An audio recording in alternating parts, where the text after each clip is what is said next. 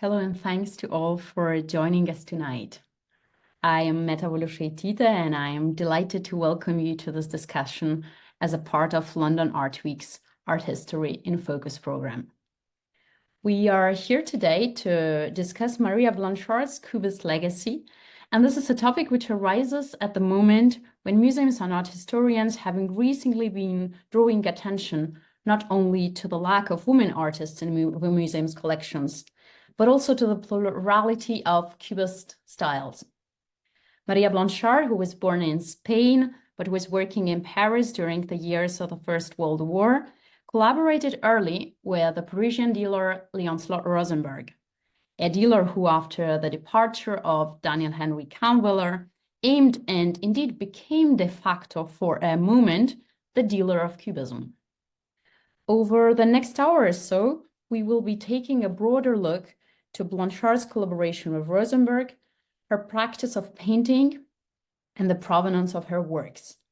We will focus on one particular painting and the collection of an American museum. We'll ask what it reveals about the patterns of collection in America and of shifting of institutional tastes. And we will also be looking at Blanchard's painting techniques and what set her apart from her Cubist contemporaries. In recent years, works by Blanchard have increasingly become more visible. A monographic exhibition at the Museo Picasso in Malaga has just come to the end. And today we're excited to learn more about this. And we have a great panel for doing so. I will introduce them just in a moment. But first of all, just one small note on how we will move in the next hour. So we will start with speakers presenting their extensive research, and after which we will move to discussions. We'll have about 15 minutes for questions, and I will be monitoring these questions. And so please do write any question you might have in the question box, Q&A box on the right-hand side of your screen. Now I am thrilled to introduce our speakers. Elizabeth Rice Mattison is the Andrew Mellon Curator of Academic Programming and Curator of European Art at the Hood Museum at Dartmouth College. Elizabeth holds a PhD in art history from the University of Toronto, and he has just this spring co-authored a new book entitled Living with Sculpture. Her most recent exhibitions have explored printmaking in wartime, 1500 to 1900, but particularly exciting for us is that in the collection of the Hood Museum, Elizabeth has a painting by Blanchard, a Cubist still life, acquired in 1968. Which is likely the first by the artist ever acquired by an American institution. Elizabeth is currently researching it and will share some of the insights into this fascinating work and its history. The second speaker is Angelina Giovani-Agha, who is an art historian and provenance researcher based in London. Angelina is the co-founder of Flynn and Giovanni Art Provenance Research Agency. In the last years, she has produced research reports for artworks offered to major American museums, including the Art Institute of Chicago, the Museum of Fine Arts Boston, the National Gallery, and others. Angelina has launched the Art Market Academy, a dedicated online environment, and is often guest lecturer at various universities. We are excited to learn more about your recent research, and the floor is yours. Thank you.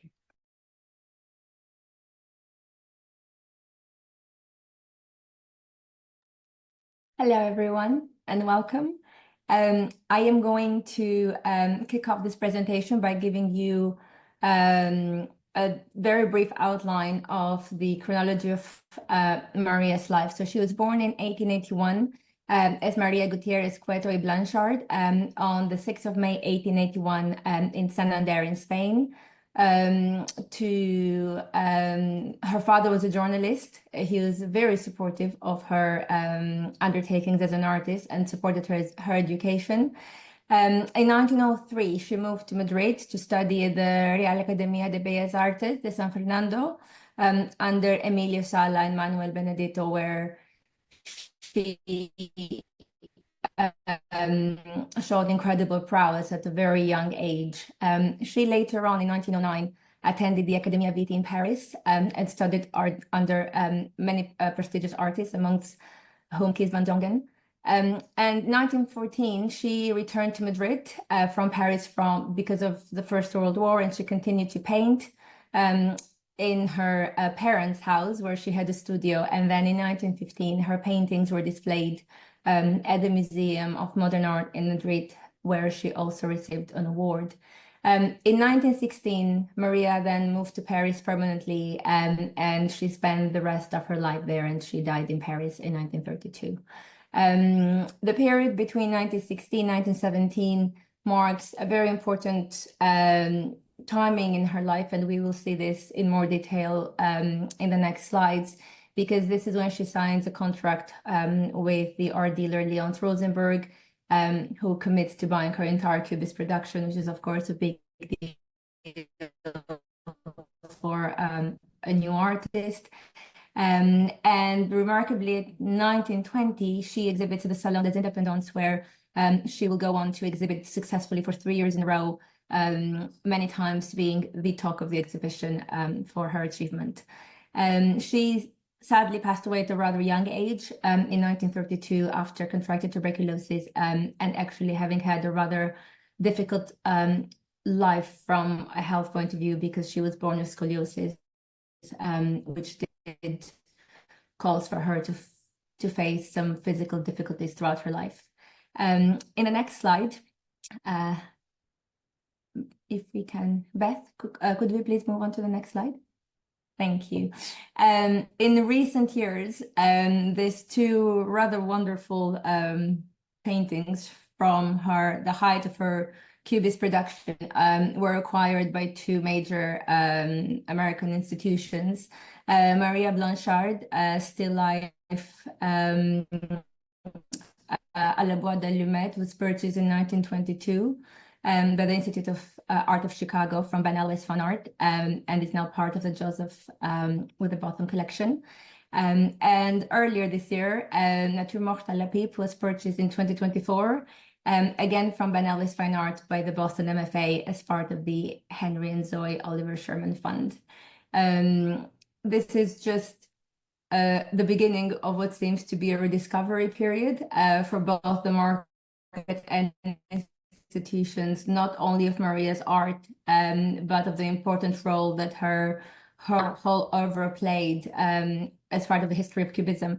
So next, I'm going to pass on to Beth, who is going to tell you more about the history of the work in their collection, and then I'll continue in a bit. Thank you, Angelina, for kicking us off with an introduction to Blanchard and the timeline of her working process. And now, as Meta has started for us in the introduction, Blanchard has just been the subject of a major monographic exhibition, and with these two acquisitions by other American institutions, has really returned to the spotlight on an international stage. Now I'm going to take us back about 50, 60 years to think about the place of Maria Blanchard in the middle of the 20th century in the United States. Now I work at the Hood Museum at Dartmouth College, which is one of the many university art museums in the United States, with a collecting mission that is driven by aiming to collect for the history of art, so that histories of art throughout time can be taught correctly. And Blanchard in the 1960s was a part of that history, even though her name, after the fact, really fell from the spotlight. In 1968, what was then called the Dartmouth College Museum, the predecessor to the Hood Museum, received as a gift from two of its major benefactors a painting, a still life painting from Blanchard's Cubist period, which is what you see here on the screen.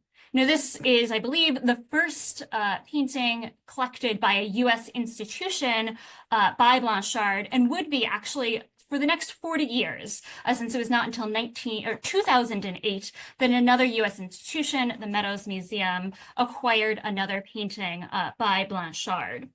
So what accounts for this early acquisition, and what can that tell us about Blanchard's international reputation in the middle of the 20th century?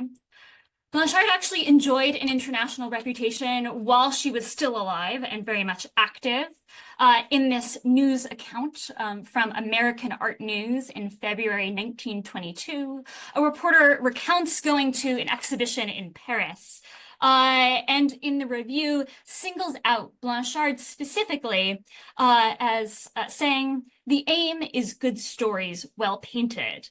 For instance, Maria Blanchard paints cleverly, though not necessarily pleasantly, domestic scenes like the Flemish painters. So while she may be clever, and perhaps the reviewer did not love her style, she was already well enough known to be really singled out in this quite extensive review as one of the few artists mentioned by name. And she's mentioned alongside what would become her better known contemporaries of Picasso, Juan Gris, and Jean Metzinger. And this continued actually after the war. I surveyed all advertisements that appeared in the Burlington magazine, the art publication of record for the Anglophone world from about 1915 until the present day. And before 1965, there are many, many advertisements that single out Blanchard's work specifically for dealers as well as for auctions that are upcoming. After 1965, there's only one advertisement that appears in that entire period until the present day. So that's really a dramatic drop-off that we can find in this Anglophone reputation that she deserved, and that would serve as an attractive enticement for American and English buyers, particularly looking for European works of art. The painting at the Hood Museum was donated to us by a pair of collectors named Evelyn and William Jaffe. There's a photo I found of them at the Flamingo Ball in Hialeah, Florida, right around the time that they had acquired or had already acquired the Blanchard painting. And the Jaffes were philanthropists up and down the East Coast, as well as in Chicago, and the majority of their collection actually went to the Museum of Modern Art, as well as to the Metropolitan Museum of Art. And they reserved kind of their select pieces from their collection to give to Dartmouth, where their sons had gone to college. In order to educate future generations of Dartmouth students. And among these was that Blanchard painting. And William Jaffe was a collector in his own right, but it was principally his wife, Evelyn, whose name was also Evelyn Annenberg Jaffe Friede Hall, because she married 3 times. And her brother was the well-known collector, Walter Annenberg, whose famous Impressionist collection was given to the Met upon his death as well. So from a circle of well-known and established American collectors. They provided some of the foundational paintings to Dartmouth's College Museum, the first gallery of which was opened in 1963 to great fanfare, as you can see in this advertisement I found from the Dartmouth Alumni magazine published in that year. And it was specifically with the intent of showing off this history of art, of educating students through works of art, and bringing real works of art to Hanover, New Hampshire, where we are located. Amongst the works that the Jaffes collected were many of Blanchard's contemporaries, the artists who were active and working in Paris in the middle of the 20th century, or the beginning of the 20th century. So Auguste Herbin's composition from 1929 was one such work that came in just at the same time as Blanchard's Cubist still life that we've already seen. And so students would be invited to compare the styles of these two artists who are working in similar periods.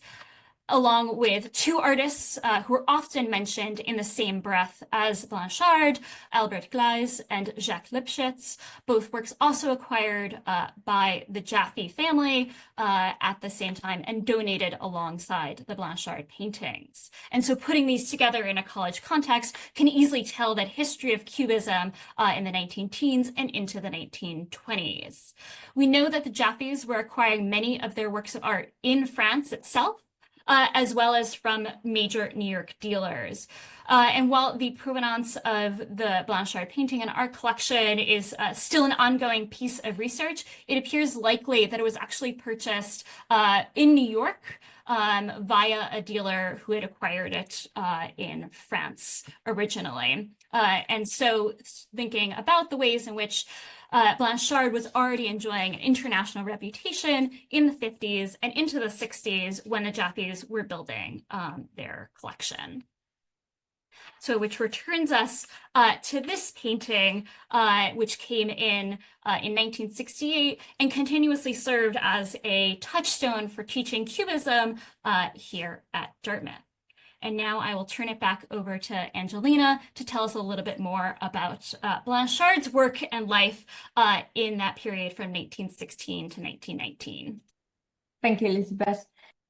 As we mentioned briefly in the biography, Maria moved to Paris permanently in 1916, and she lived there until the end of her life.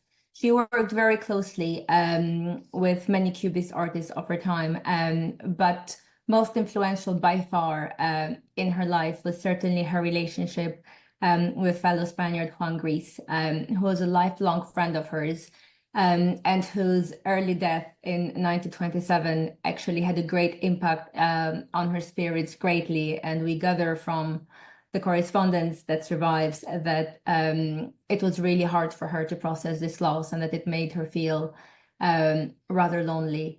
To the right, you see a picture of the famous art dealer Léonce Rosenberg, who was a pioneer of Cubism and who played a pivotal role in giving Maria, alongside her peers, the support that they needed during the Cubist period. On the next slide, you will see an image of the Galerie de l'Effort Moderne, which Léonce Rosenberg created in 1918. Initially just a gallery, it was later also a publishing house. It published the Bulletin de l'Effort Moderne between 1924 and 1927. It wasn't written by Léonce Rosenberg exclusively. There were lots of contributors to it. And it was a very remarkable publication while it lasted. He himself, Rosenberg, in turn, he had been first introduced to Cubism at the Wilhelm Ude Gallery in 1910. And it took about 6 years, and in between there was a wartime where he was active. But it seemed that this seed was planted in his head because upon returning from the war, he set out to be a pioneer of Cubism and avant-garde. From research and archival material, we know that it was around April 1916 that Léonce started signing up artists exclusively and giving them contracts, committing to buying their Cubist production, including artists such as Braque, Juan Gris, Lawrence, Metzinger, and many others.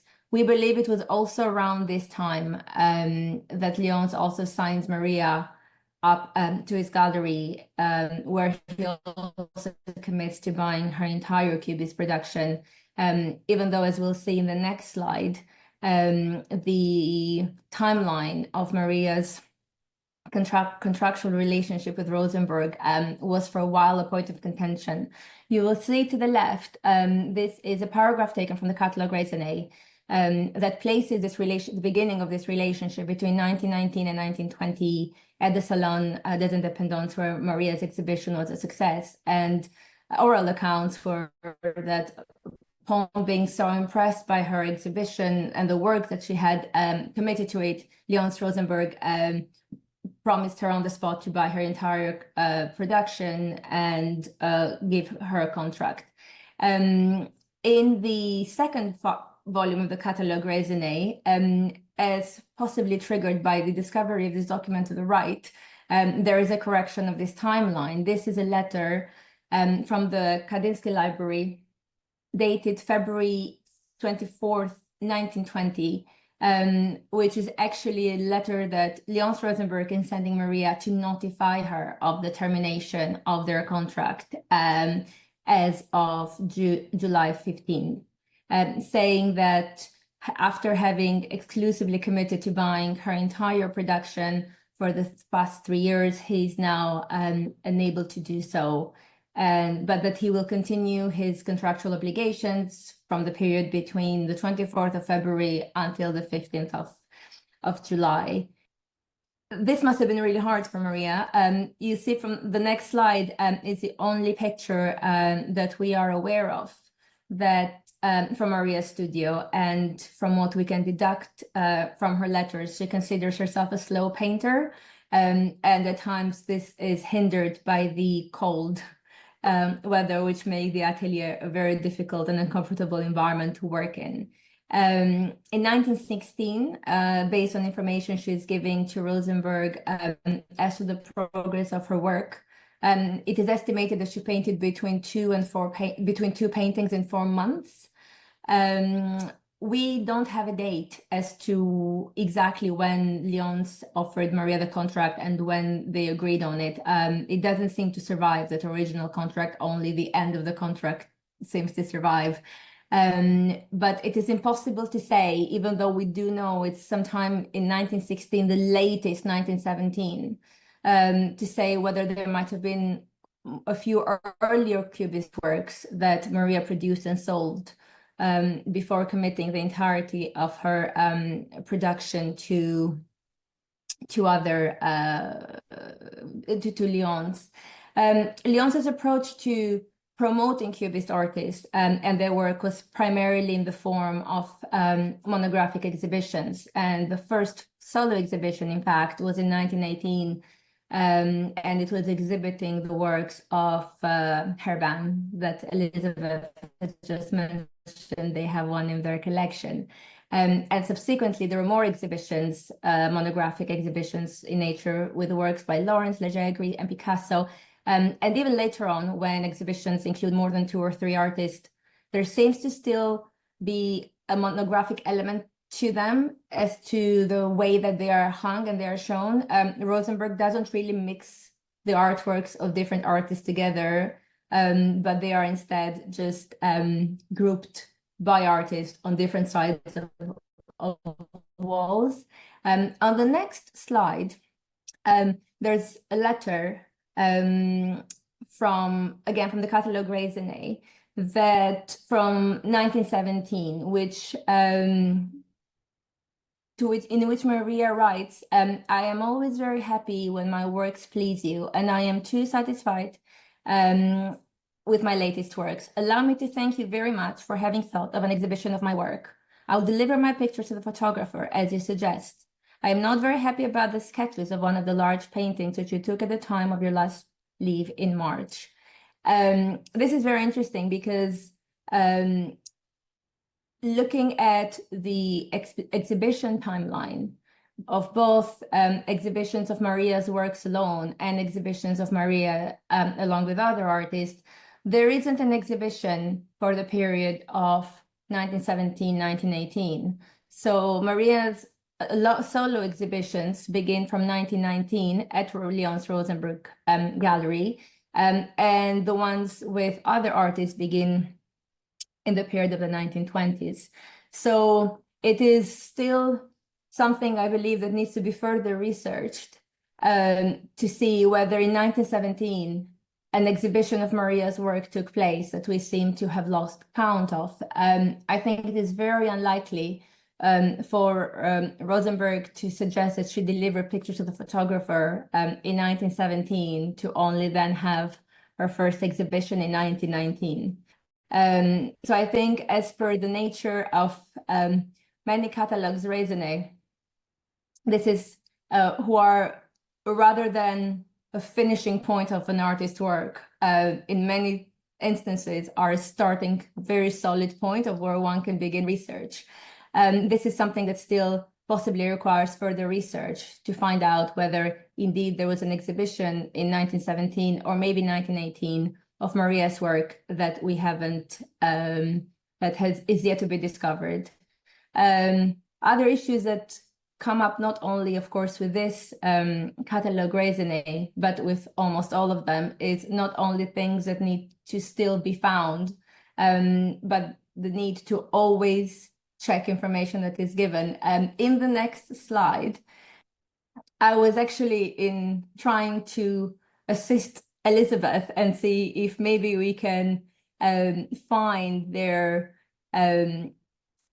picture.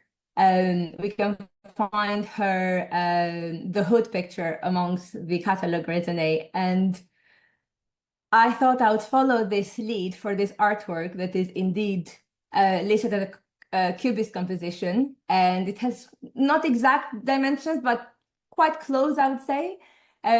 So following the reference for the Meyer sale catalog from 1964, entered 288, it is very obvious that this has longly been listed under Blanchard, but in fact, the details of the sale do not belong to Maria Blanchard. They belong to Jacques-Émile Blanche, specifically the portrait of Marcel Proust. So you will see here that it says that it was bought for 140 guineas, as listed here, and that the code of the sale is 288. This is certainly something that needs correcting. A lot of, it's always, there's human error is present in every aspect. So it's always very important whenever we do research that we double check every information, even if it is presented as fact, as part of the provenance and due diligence process.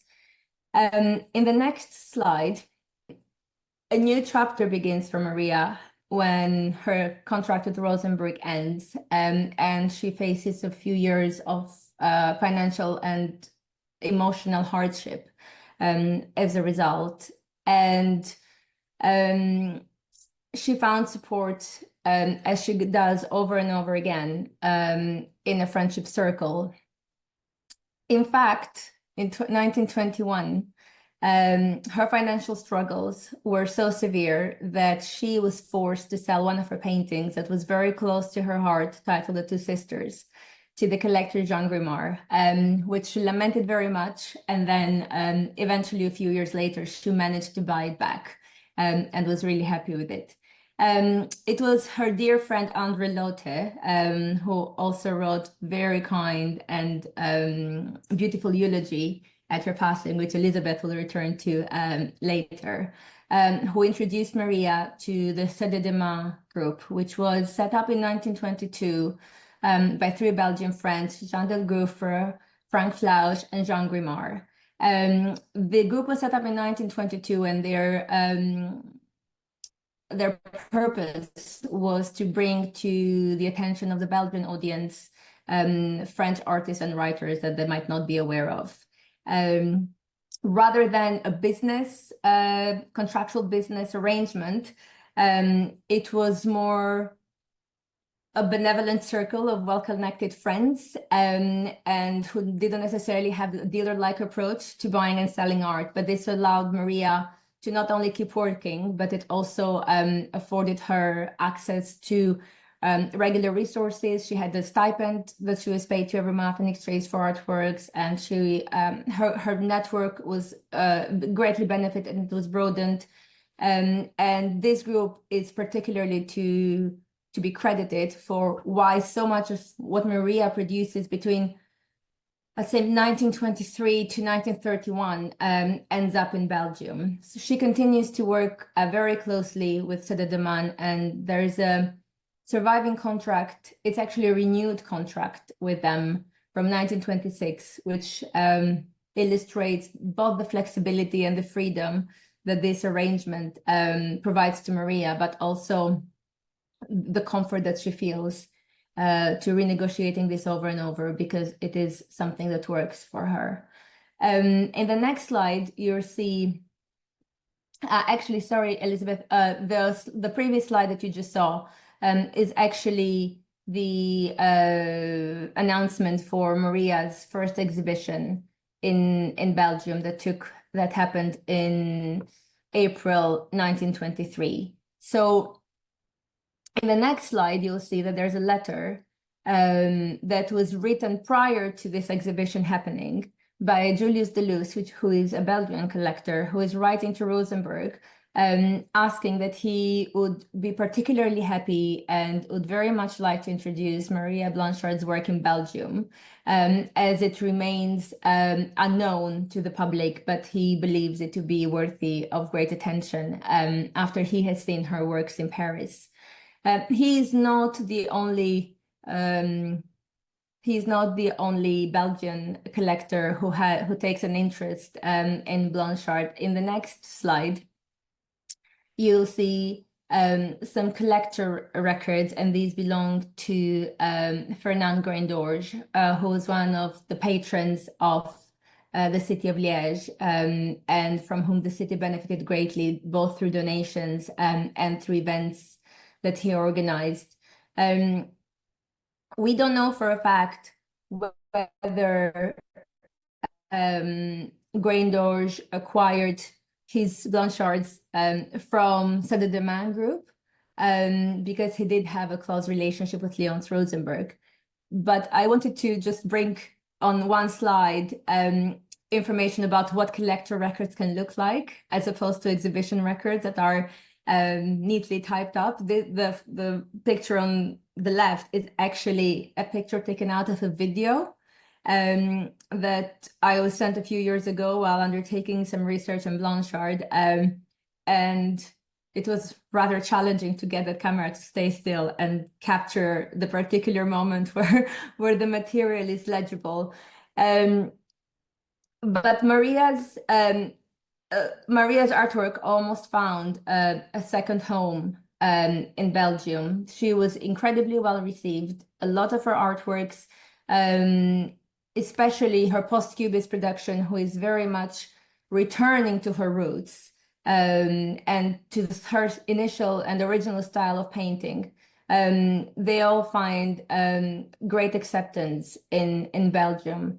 In the next slide, you'll see that there's an entire record file of archival information and correspondence between Graindorge and Léonce Rosenberg, including shipping memorandums and various documentations that point to there having been transactions between the two.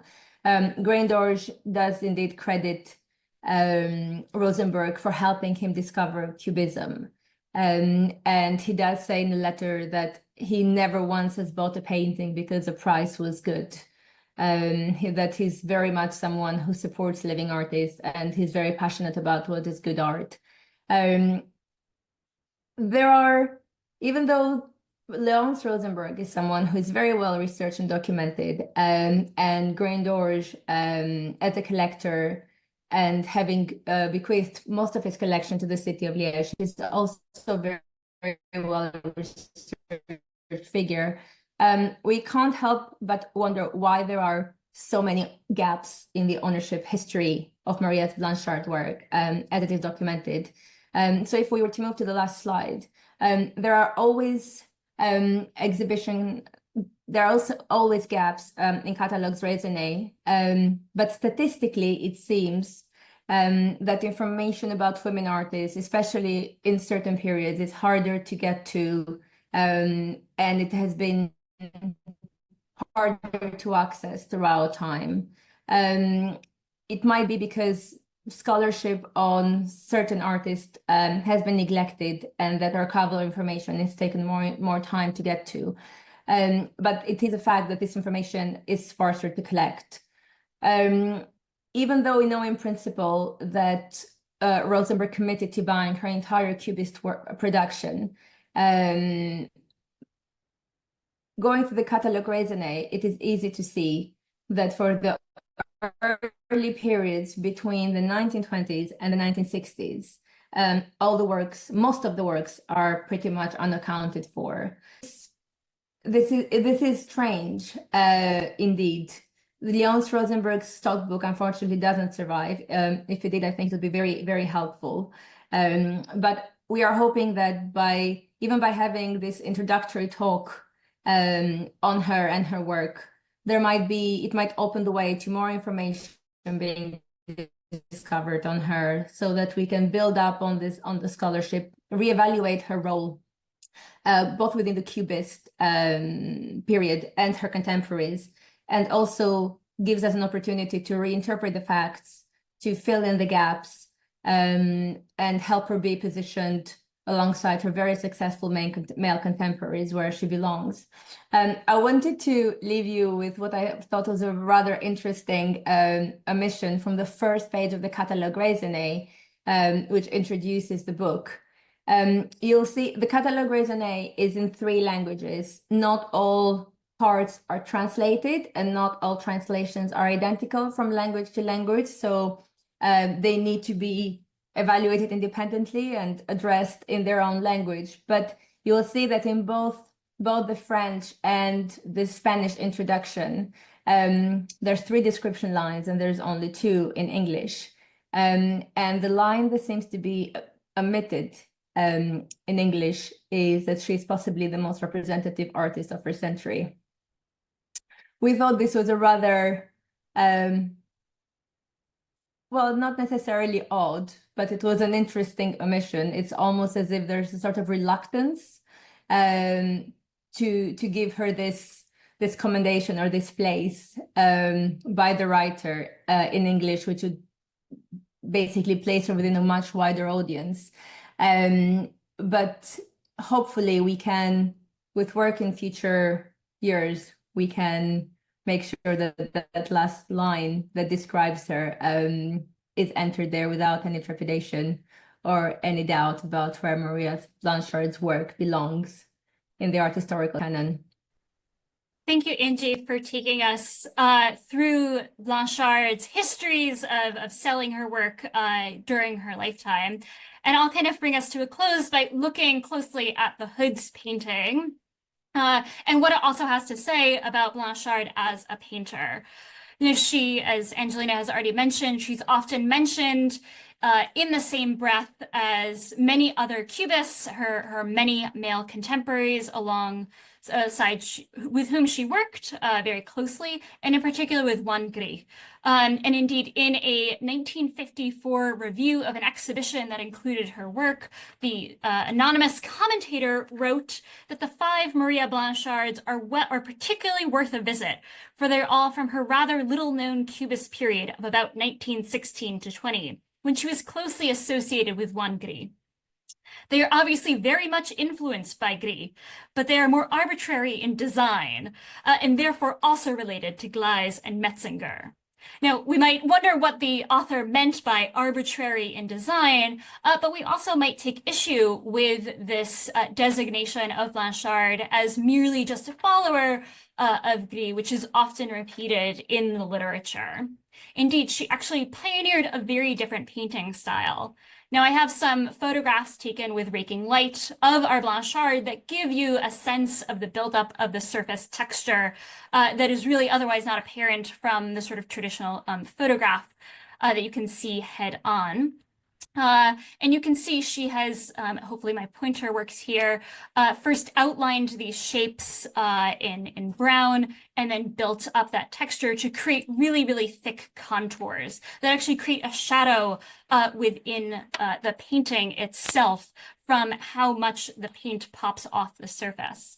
And I'll give another close detail of another little shape of brown that was sort of contoured first and then filled in. I think of it a little bit, perhaps her style was like icing a cookie, that first you trace the outline and then flood the rest of it. So that she's thinking in these shapes and color at the same time. And this is very different from how Gris was actually painting. So here are some more details. And this is true not just of our own painting, but also other paintings by her, as you can see in this close-up photograph of the example from the Meadows Museum. And in contrast, I would like to show briefly how Guri was actually painting and conceiving of the surface of his canvas. And these are photographs taken of the hoods, example of a mandolin and pipe still life, where you can actually see alongside the white, the remaining outlines of a bit of an underdrawing that he traced first and then filled in. And the application of paint is much, much thinner on the surface, as opposed to Blanchard's extraordinarily goopy, thick, and luscious texture to her paint that very much obscures any texture of the canvas underneath, which in contrast is readily visible in Gris' work instead. And she, like many of her contemporaries in Cubism, did also occasionally use other materials in her works, such as in Chicago's recently acquired painting, which incorporates sand and glass on the canvas, perhaps more unusual than the collage of papers and rope that some of her contemporaries were doing. So this is all to say that she really pioneered a different way of painting that was not merely copying what her contemporaries were doing, but playing on the Cubist project through that elevation of surface in really thick paint layers. I'd like to finish with a quote from one of her lifelong friends, André Lutz, who, writing shortly after her death in 1932, proclaimed, and I translate here, "I would not be surprised if, at some future time, historians of Cubism abandon or discount certain, quote, pure Cubists, in whose eyes a pipe or a bottle is more moving than a face, and consider Maria Blanchard as one of the heroes of this prodigious movement." Happily, it seems that that time is now, and that we are all beginning to consider Blanchard as core to this moment of Cubism in the 19-teens in Paris. Thank you so much for joining us.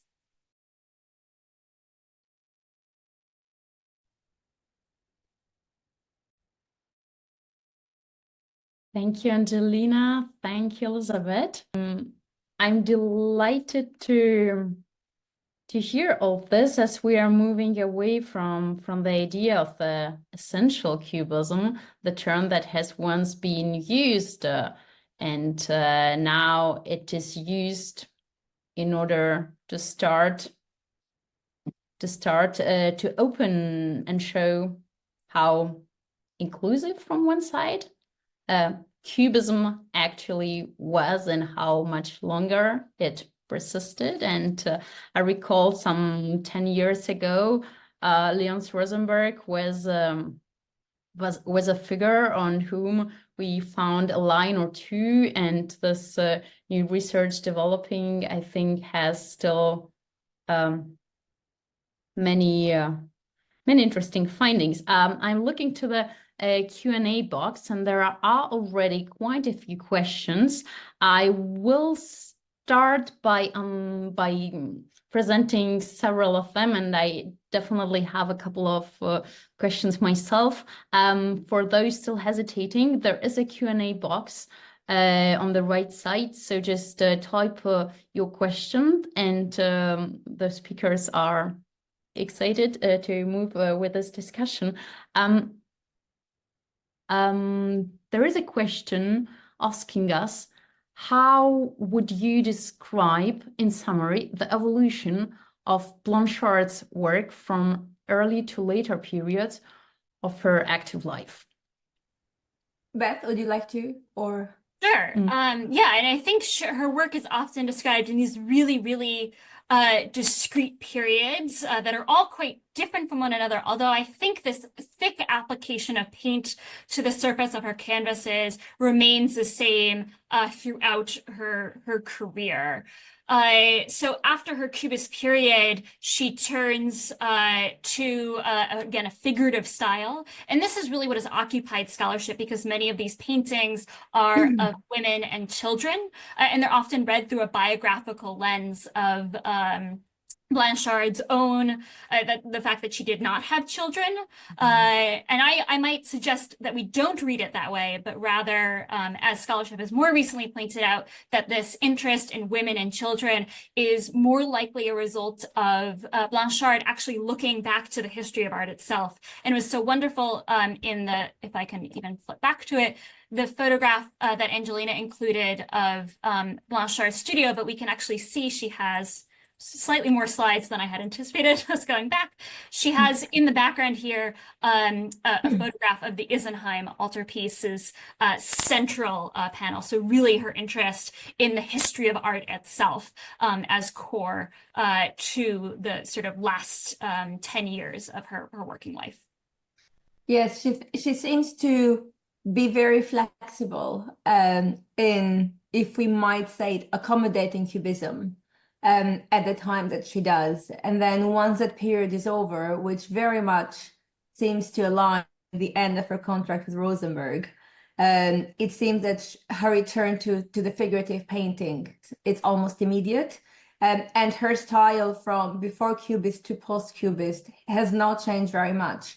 But in fact, what seems to remain very much consistent throughout all her periods is her palette. We've discussed this before because it's very interesting to see that even though she changes approach to images and representation, it seems that her palette remains rather vibrant and a lot more colorful when compared to her contemporaries and other Cubist artists. So it's very interesting to see because it does appear as if she's just reinterpreting images and figures and ideas and feelings into a different shape. But her approach to that feeling, which she very much expresses in color, her figurative work is very strong, it's very expressive. There's a very hard lines that outline figures, and there's an entire sort of iconographical approach to her work in the Catalogue Raisonné by focusing on how she paints hands. So she does retain some certain elements that are fundamental to her style. And throughout her work, I think it's very clear to see that she has a very strong influence on her work, especially by Spanish old masters, and some influence from the Northern Renaissance. So she is in no way a flat Cubist painting that is just trying to interpret the shapes and everyday forms. She very much brings that traditional art historical canon to her work.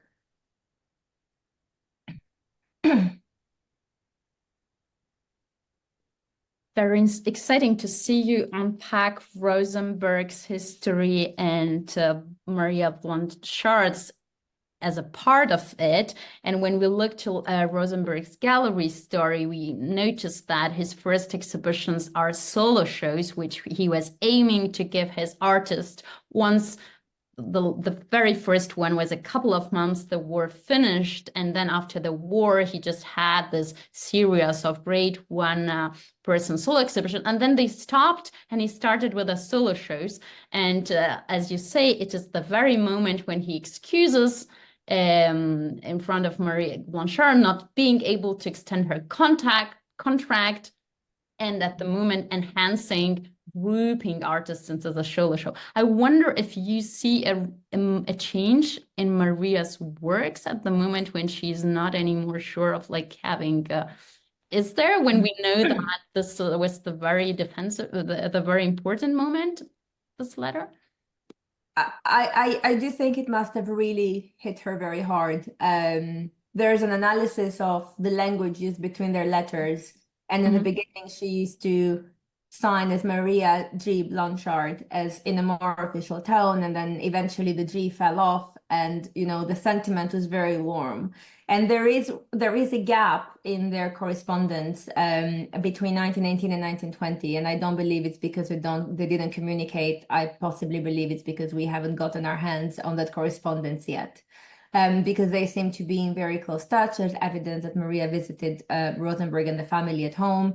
So there's certainly a closeness to it. It is very strange why he decided to put an end to the contract with Maria specifically, because he does appear to keep the contracts in place with the other artists where it allows.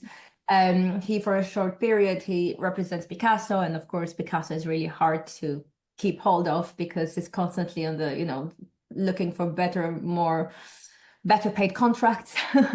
So it is really, really strange to see that of all the artists he chooses to cut ties with Maria. And We don't have the response that I assume Maria sent back in response to this letter announcing the termination of the contract, which I think would be very interesting to see. If anyone has come across it, please let me know. But I do think that it wasn't long after. I would say that possibly the last of Maria's Cubist sketches date from the late 1921, early 1922. And by the time that she then moves on to her Belgian circle of support, she's very much back into her figurative painting in the exact style she had before, sometimes redeveloping and readdressing the same themes that she had touched upon in her pre-Cubist period. But the fact that she can just move from figurative painting to Cubism and then to figurative painting once again, it's just so fluid. And I think it's, in a way, an indicator for great artists to be able to so effortlessly move through genres to express herself. So I'm really not sure how she, except from her letters, but I would have really liked to have read her response to Rosenberg, because my main question is, well, why her specifically? Is it because of the rate that she's producing work? Is she too slow for what Rosenberg is trying to achieve? It's really hard to say. So far it's primarily assumption, but I'm hoping that eventually we might be able to answer this. Thank you, Angelina. And I move to other questions. We have many. The next one is from James Farrer, Lockton Companies. James is one of London Art Week partners, and he is interested to know, when you have an artist like María Blanchard, who is not a part of the art history canon, do you think the due diligence around the objects needs to be enhanced? And how do you go about doing this? What impact can this due diligence have on the value of works? It can indeed be very tricky, because we tend to find that the more well-known an artist is, the better the body of work around them and the documentation that surrounds their works. So we find ourselves with more than one issue. One is to address the provenance or the due diligence on an individual work of art, if we're looking at an individual work of art.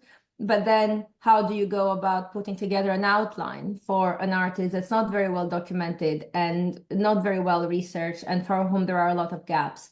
The way we do this, and me and Tom, we work very hard on putting together a plan, an outline as to how we tackle every research. In cases where we don't know a lot about an artist's period, we start looking at the surrounding information. We start looking at who are their peers, who are they in contact with, what their correspondents can tell us, who are their main buyers or patrons. And then depending on the period and the reason why we're doing research, then we need to do all the database checks, run through all the claims, see, are there claims against this artist or this title? Who are the main galleries, or who are the main dealers who traded in their work? I mean, in the process of researching her in the past, we found out that, for example, the Gallery Spice in Paris, that historically they had transacted more than 70 Blanchard paintings.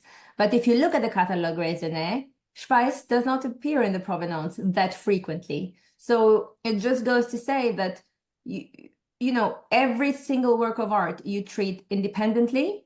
So you try and address what is the problem that you have with a particular work, and then create a plan as to how you're going to address it, because it's very difficult to address the scholarship of an artist as a group of works, or just, you know, try to take the whole oeuvre into consideration. We can do this for stylistic purposes and when we talk about art history and style, but when it comes to doing due diligence, you cannot address a group as a group. You need to address every single image independently, and then hopefully as a result, then you can have a narrative as to what is a likely outcome, or, you know, what is a likely course that certain objects from certain periods take.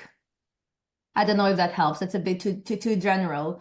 But the research really varies greatly, even if it's the same artist, even if it is the same period artwork, it greatly varies by the amount of information that you have available, and by ultimately where the risk factors lie as part of that research. So it very much depends. I might also add from a museum perspective that so much of this research into a painting's provenance is critical because it points out the fluidity of that art historical canon, and that someone like Blanchard did have a reputation after the Second World War, and then was edited out of that history of art, out of our kind of general consciousness, except perhaps in Spain, but certainly out of an Anglophone art history. And so we can begin to better understand how an artist's reputations have gone up and down, and the importance that they held for other artists in different time periods who were looking at them as well. And certainly in the case of our own collection, the need to be diligent about looking back at pieces that we've had for many, many decades is such discriminant work for curators across the board, and to understand how our paintings came to our institutions and what they meant for the collectors who often donated them as well. Thanks. We have a couple of more questions, and there is one wondering what the reason might be why Blanchard's art has been less known in Spain particularly than other Spanish artists. And of course, here we think of Picasso, but also of Greece. And so I think that's a very good question, because we do get this quite a bit. We know from many other female artists that they're not necessarily forgotten, because obviously someone is writing articles about them. Someone wrote a catalogue raisonné on Maria Blanchard, even though she's one of the few female artists to have a 2-volume catalogue raisonné. So when we say she's less known, possibly to the general public, there's still a lot of experts and curators and people within art history that are aware of her work. At times, it seems that very much scholarship seems to follow the interest generated by the market. And thankfully, this is something that we are changing now. The tides are turning. But it is the audience knows primarily the artists that they are familiar, that they are presented with.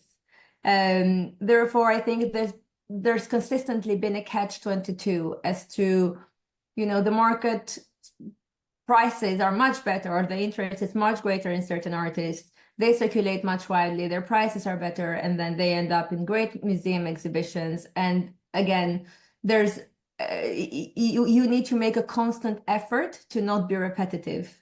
And this is where a lot of discovery comes in, when you make a constant effort to not be repetitive in both what you show museums and both what you offer them, and where the interest in the market lays. This is why events like this, where we discuss artists that are not necessarily well known by the wider audience, are very important, because it would be really unfair to tell a story of Cubism and everyone involved in it and not mention Cubist painters involved, among which Maria Blanchard is not the only one. Therefore, it's important to, when we tell the story of genres or periods, to do so as inclusively as possible. This does not mean at the current day to only tell the story of female artists.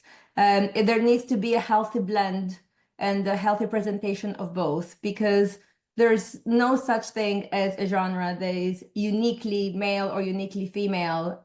We see by the way Maria works how influenced she is by her colleagues. She used to work next to Diego Rivera and Juan Gris and Leger, and they all fed into each other's work.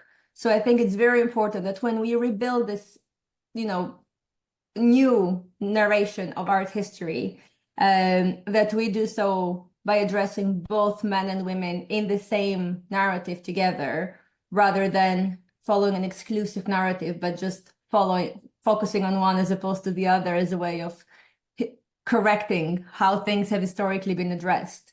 So it's very hard to say why she's lesser known in Spain. I'm sure for a while primarily because she wasn't in Spain for most of her life. Her production wasn't there. The Spanish audience wasn't as, didn't have as much access to her work as the French audience did and the Belgian audience did. So it's inevitable that there was less access, but hopefully now, and with the exhibition in Malaga that you mentioned, this is a great opportunity for the Spanish audience to see her work, and she's now present in many Spanish museums. So hopefully that will not be a problem for much longer. And I'll just add that it's really through museums and exhibitions that we learn about artists, and that the public learns about artists, and that they become household names. And so when we don't collect artists, we don't know about them. So it's a constant give and take between what we see and what we know.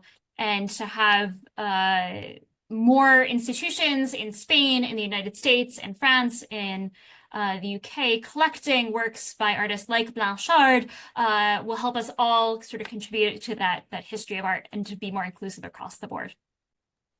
I feel that there are many questions that could be asked, but this is also a good moment, I think, to thank everybody who participated tonight. I just wanted to extend thanks to the London Art Week for hosting. There are a couple more events of Art History in Focus program. Tomorrow evening, there is an event in conversation between the Swiss and French photographer of architecture, Hélène Binet, in conversation with Jan Kier, professor from the Ruskin School. So be sure, if you have time tomorrow evening, be there. And this leads me just to thank our speakers, Elizabeth and Angelina, for your time, and thank you for your expertise and your insights. It has been a pleasure.